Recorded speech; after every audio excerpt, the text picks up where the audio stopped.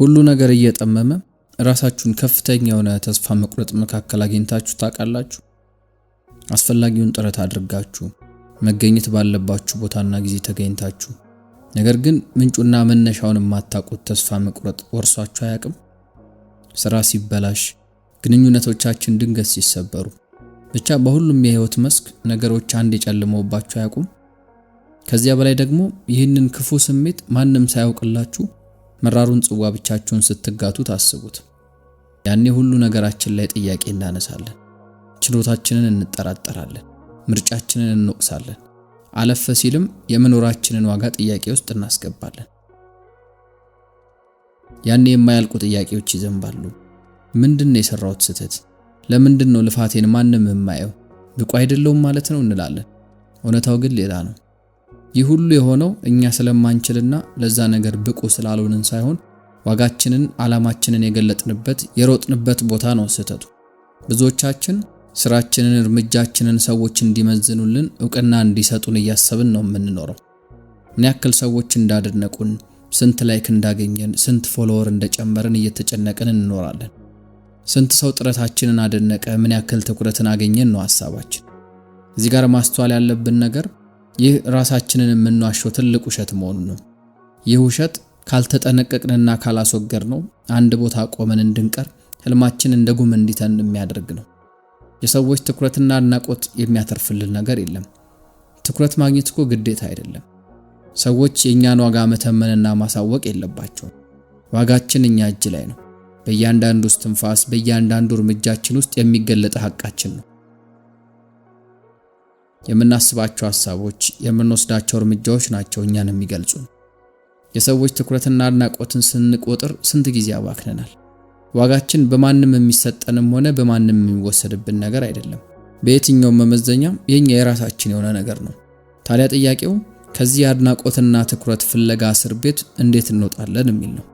እንዴት ነው ትኩረትን መለመንን አቁመን በራሳችን መንገድ የምንጓዘው ካልን ይህ ለውጥ አስተሳሰባችንና አመለካከታችን ላይ ከፍተኛ የሆነ ለውጥን ከማምጣት ይጀምራል።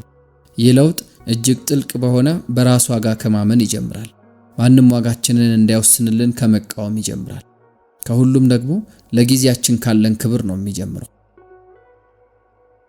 እስኪ የራሳችንን ነገር ትተን ለሰዎች ጉዳይ ስንባክን ያጠፋናቸውን ጊዜያት እናስብ።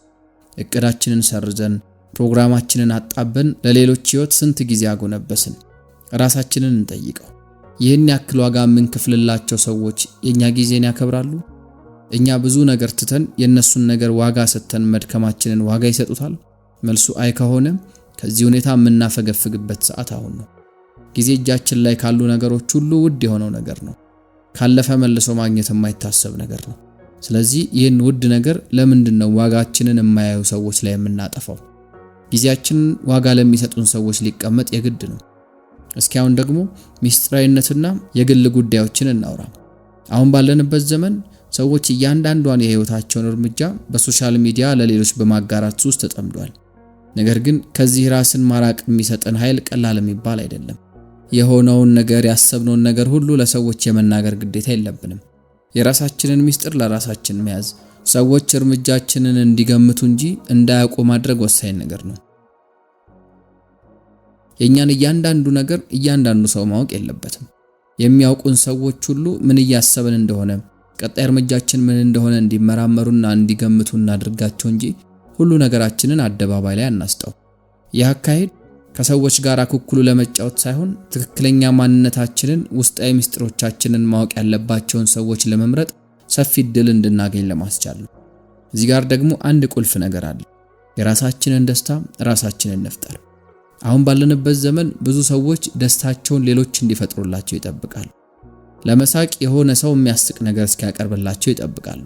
ነገር ግን ለደስታችን ሌሎችን ከጠበቅን ኃይላችንን፣ አቅማችንን አሳልፈን እየሰጠን ነው። የስሜታችንን መጠን ሰዎች እንዲመጥኑልን እየፈቀድንላቸው ነው። ደስታ በእርምጃችን፣ በጉዟችን የምንፈልገውና የምናገኘው እንጂ በሌሎች የሚበረከትልን ሊሆን አይገባም። በራሳችን ማንነት ባለን ነገር ሁሉ ደስተኛ ስንሆን አዎንታዊነትን እንስባለን። ሰዎች ወደኛ ደስታ ይጎርፋሉ። ምክንያቱም የደስታችን ምንጭ ጥንካሬውን በሚገባ ስለሚያዩት ማለት ነው። ሌላ አንድ በጣም ጠቃሚው ነገር ልንገራችሁ። የሆነ ነገርን ለመተው ዝግጁ እንሁን። አውቃለሁ ከባድ ይመስላል። ከምንጨነቅለት ሰው መራቅ፣ ጊዜያችንና አቅማችንን ያፈሰስንበትን ሰው መተው ስናስበው ከባድ ነው። ነገር ግን አይደለም። ይህ ለራሳችን ያለንን ክብር የምናሳይበት ከፍታ ነው። እነዚያን ነገሮች ስንተው እኛ ከሚገባን በታች ከሆነ ነገር ጋር በፍጹም አብረን እንደማንቆይ ግልጽ መልእክትን የምንልክበት ጥሩ መሳሪያ ነው። ዋጋችንን በሚገባ እንደተረዳን ማንም ይሁን ማን ከዚያ ደረጃ በታች እንዲያወርደን እንደማንፈቅድለት ማረጋገጫ ነው። ሰዎች ዋጋችንን የማያከብሩ ከሆነ ቅድሚያ የሚሰጡት ጉዳያቸው ካልሆንን የመተው አቅም ሊኖረን የግድ ይላል። ሰዎች ትኩረት እንዲያደርጉብን መለመን ስናቆም፣ ማረጋገጫ ፍለጋ ካልባከንን ዓለምን በተለየ መነጽር የምናይበትን እድል እናገኛለን። ከምንም በላይ ብቸኛው ሊያስጨንቀን የሚገባው ጉዳይ የራሳችን ጉዳይ ብቻ እንደሆነ እንረዳለን። እውነተኛ ስኬት ሰዎች ስለኛ ከሚሰጡት ግምትና ማረጋገጫ ሳይሆን መነሻው እኛ እንድንደርስበት ባሰመርነው መንገድ ከመጓዛችን ነው። እስኪ በህይወታችን በሚገባ ሙሉነት የተሰማን መቼ እንደሆነ ወደ ኋላ መለስ ብለን እናስታውስ። እድሎች ከሰዎች አድናቆትን ባልጠበቅንባቸው ጊዜያት የሚገለጡ ናቸው። ያንን ስሜት ነው ማሳደድ ያለብን። አድናቆቱን፣ ጭብጨባውን ሳይሆን ጥልቅ የሆነ የግል እርካታችንን እንፈልግ። ይህ ደግሞ የሚመጣው ህይወታችንን በዓላማና በሙሉነት ከመኖር ነው። ሌላው መርሳት የሌለብን ነገር ደግሞ እምቢ የማለት ኃይልን ነው። ብዙ ጊዜ እኛ ፈልገን ሳይሆን ሰዎች በእኛ እንዳይናደዱ በሚል ፍራቻ የሆነ ነገር ለማድረግ እንስማማለን። የረሳነው ነገር ግን ሁሌም ቢሆን ያላመንበትን ነገር ለማድረግ እሺ ባልን ቁጥር በተቃራኒው ራሳችንን እምቢ እያልነው መሆኑን ነው። አቅማችንን፣ ጊዜያችንና ትኩረታችንን እየበረዝነው ነው። እምቢ ማለት ዋጋችንን በሚገባ ከምናስከብርባቸው መንገዶች መካከል ዋነኛው ነው። ውድ የሆነ ጊዜያችን የሚጠፋው በጣም ወሳኝ ለሆኑ ጉዳዮቻችን ብቻ እንደሆነ የሚያሳምን ጠንካራ ድንበር የምናበጅበት መንገድ ነው። እምቢ ማለት ካለብን እምቢ ለማለት መፍራት የለብንም። ራስ ወዳድነት አይደለም፣ ዳሩ ግን ራስን ማክበር ነው። እርግጥ ነው ቀላል ነው ማለት አይደለም። ሁላችንም መታየት፣ መደነቅ፣ መበረታታት እንፈልጋለን። ነገር ግን መደነቅ መፈለግና ዕውቅናን መራብ ይለያያል። ልክ ዕውቅናን በተራብነውና ከልብ በፈለግንበት ቅጽበት ኃይላችንን ለሌሎች አሳልፈን እንሰጣለን። ያ ደግሞ ለመቆየት አደገኛ ቦታ ነው። አያችሁ፣ በሕይወታችን ውስጥ የእኛን ዋጋ የማያዩ ብዙ ሰዎች አሉ። ስራችንን የሚያቀሉ፣ የሚገባንን ዕውቅና የማይሰጡ። ነገር ግን ይህን ማድረግና እነሱን ማሳመን የኛ ስራ አይደለም። ማለትም እንዲያዩን ስራችንን ዋጋ እንዲሰጡ መወትወት አንችልም። ማንም ምንም ቢያደርግ የኛ ስራ መሆን ያለበት ወደፊት መጓዛችንን መቀጠል፣ በራሳችን ላይ ያለንን እምነት ማሳደግ ነው። ምክንያቱም ትክክለኛ ሰዎች፣ ዋጋችንን የሚረዱልን ሰዎች ስራችንን ያያሉ እንጂ እኛ ስለፈለግነው ሳይሆን ስለሚገባን አድናቆታችንን አይነፍጉንም። ታላቅነተኛ ውስጥ ስላዩ ነው ዋጋ የሚሰጡን። ታዲያ እነዚህን ሰዎች ነው በህይወታችን አብረውን እንዲቆዩ መፍቀድ ያለብን። እነሱ ናቸው ወደ ከፍታው ከፍ የሚያደርጉን፣ ስንፈልጋቸው የሚያግዙን፣ ድላችንን አብረው የሚያከብሩት። መጀመሪያ ማድረግ ያለብን ወሳኙ ነገር ግን ራሳችንን በሚገባ መመልከት ነው። ማንም ከማየቱ በፊት ዋጋችንን ማየትና ማወቅ ያለብን ራሳችን ነን። አንገታችንን ቀና አድርገን በታላቅ በራስ መተማመን ለመራመድ በመጀመሪያ ራሳችንን ማመን ያለብን ራሳችን ነን። አሁን ባለንበት ሁኔታ በቂ እንደሆነን እንመን። ስለዚህ አድናቆትን ማሳደድ እናቁም። ዋጋችን የሚተመነው በምናገኘው አድናቆት፣ በላይክና ፎሎወር ብዛት፣ በደማቅ ጭብጨባ ላይም ደግሞ በሙገሳ ሳይሆን ዋጋችን የሚተመነው ባለን ትጋት፣ የማያቋርጥ እርምጃ፣ ራስን ማክበር፣ አልሸነፍ ባይነትና እምቢ ባይነት ነው። እስኪ ራስን ስለመጠበቅ ደግሞ ትንሽ እናውራ። ዓለም ከኛ የምትፈልገው ነገር በዝቶ በዛ ነገር ውስጥ በቀላሉ መጥፋትና ራሳችንን መንከባከብ መርሳት የብዙዎቻችን ፈተና ነው። ነገር ግን ማወቅ ያለብን እውነታ ራስን መጠበቅ ቅንጦት ሳይሆን እጅግ አስፈላጊ የሆነ ነገር ነው። በአካልም ሆነ በአእምሮ ራሳችንን ማክበር ነው። ሰውነታችንና ነፍሳችንን ቀና ለማድረግ ጊዜ መውሰድ ነው።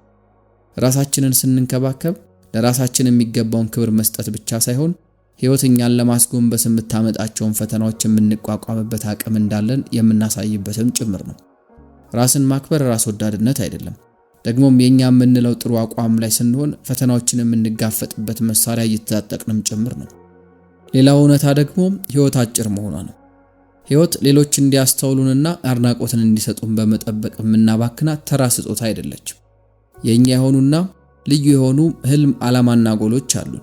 እነዚህ ዋጋ ያላቸው ነገሮች ትኩረት በመጠበቅ ውስጥ እንዲከስሙ አናድርግ። ፍርሃት ጸጋችንን ከመከተል እንዲጎትተን እድል አንስጠው።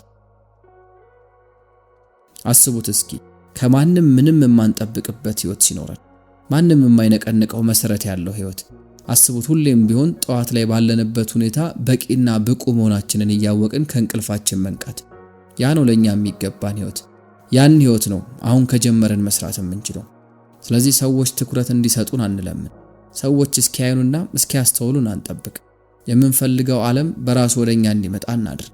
ምክንያቱም ዋጋችንን ስናቅና በራሳችን ስናምን ትክክለኛ ሰዎችን፣ እድሎችና አጋጣሚዎችን እናገኛለን። ስራችን እንዲያወራ እንፍቀድለት። እርምጃዎቻችን ዋጋችንን እንዲመሰክሩ እንተዋቸው። በራሳችን ላይ ያለን እምነት ጠንካራ እንዲሆንና ማንም የማይነቀንቀው እንዲሆን እናድርግ። ጊዜያችን አሁን ነው። ህይወትን በዓላማ እንምራት። አስታውሱ፣ ሁሉም ነገር ሌሎች እኛን እንዴት ያያሉ ሳይሆን እኛ ራሳችንን እንዴት እናየዋለን ስለሚለው ነው።